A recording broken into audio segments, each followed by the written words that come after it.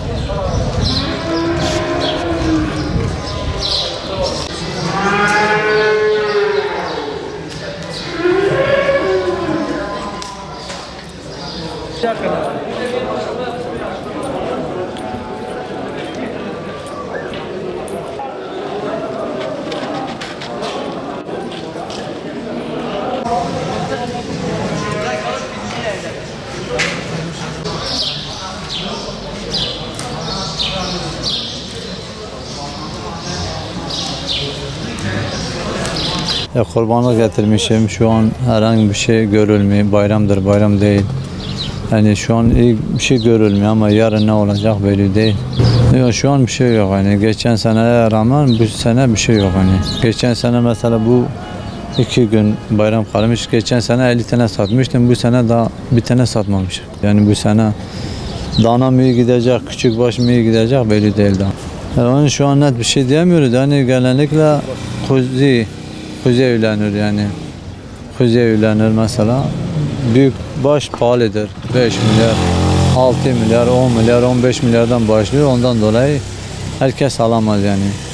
Adam beslemiş bir sene bayramı bekliyor. Bayram da iyi geçmezse zordur yani. Adam mesela bir sene boyunca bayramı bekliyor. Hastalıktan dolayı olabilir yani. Bu sene 5-6 aydır bu virüsten dolayı. Satış ana abi. Kimi, pirkimi. Kabla ve ne hoşiyi, balaçiye nizam, krizi işkaçiye nizam. Ne çok hoşik değeri ne yemezin değeri. Yani tek tuka değeri, tek tuka iş ne abi zaten. Salatçine idare bu isal koktun, isal iş ne hoş iş. İsal kan ne hoş. İroma çarpeş hafruti satış ne abi. Yani baş adiyere çarpeş hayvanı. Ev. Yabancı tüneyi, yabancı ne? Bela yabancı. Mesela Salih Ankara'da, İstanbul'da, Edirne'de, hatta isal tüneyi, millet ne? وقت دوینا حیوان بازاری تجایی کتی سونجی تجایی ev kabaşa zibişi jari. Geçen seneden mesela satıyorduk. Bir kurbanlık mesela 1,5 milyara satıyorduk. Şimdi 1 milyar 750 satıyoruz. Yani hayvancılık ölmüş. Yani bu hastalık nedeniyle zaten köyde hayvancılık yapamaz durumda gelmişiz. Hayvancılık yani köyden bitmek üzere. Yem pahalı, ondan sonra çok zor. Sebebi şeydir, yem çok pahalıdır. Mesela geçen seneye göre hemen bir katı fazla.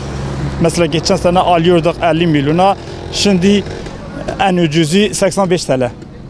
85 TL bir yem alıyoruz. Kurban için bir hayvan almak için. Fiyatlar nasıl mesela? Vallahi fiyatlar kurban nedeniyle biraz yüksek. Kurban nedeniyle biraz yüksek. Tabii hayvan sahibine sorduğun zaman da yem fazla pahalı olduğundan dolayı da o da kurtarmıyor. Yani bir hafta önceye baktığın zaman 10 gün önce bugün baktığın zaman kurban nedeniyle fiyatlar biraz yüksek. Yani eskiden 1 milyar 500 olan bir hayvanı şu anda baktığın zaman 2000'e fiyat çıkartıyorlar. Biraz yüksek.